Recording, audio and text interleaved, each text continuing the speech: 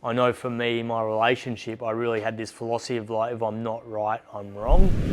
Habits don't just belong in our day-to-day life in terms of like how we live and be in the world, but it's also how we communicate. So we can have communication habits that can be positive or negative in terms of how other people perceive us. Can you talk a little bit more about that? So we have connecting habits, and those connecting habits are about being open and curious and showing support and empathy towards someone. It's showing that you trust them. It's having respect for important things in that person's life. It's also negotiating our differences. We've all got different views and opinions, and it's rather than sort of coming in hard and fast with, hey, this is how it is, so it's right. It's like, well, just because that's your opinion, how you are, it doesn't mean that it falls through to the other person. And this happens not just in intimate relationships, it happens in friendships, it happens in work groups. It's really just ways of finding different ways of communicating with people. Also, disconnecting habits can be criticising a person. They can be making judgments about how somebody is.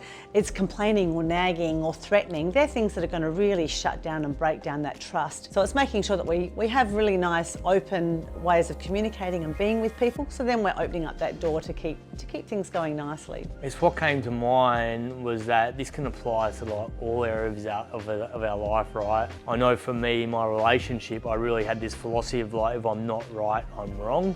It was like this unconscious habit that I just had. And when I went into that state of like, if I'm not right or wrong, I went into like defensive, critical, judging, all those things you're talking about. It's often things that are showing up are not actually in our conscious mind, they're just unconscious patterns that are showing up.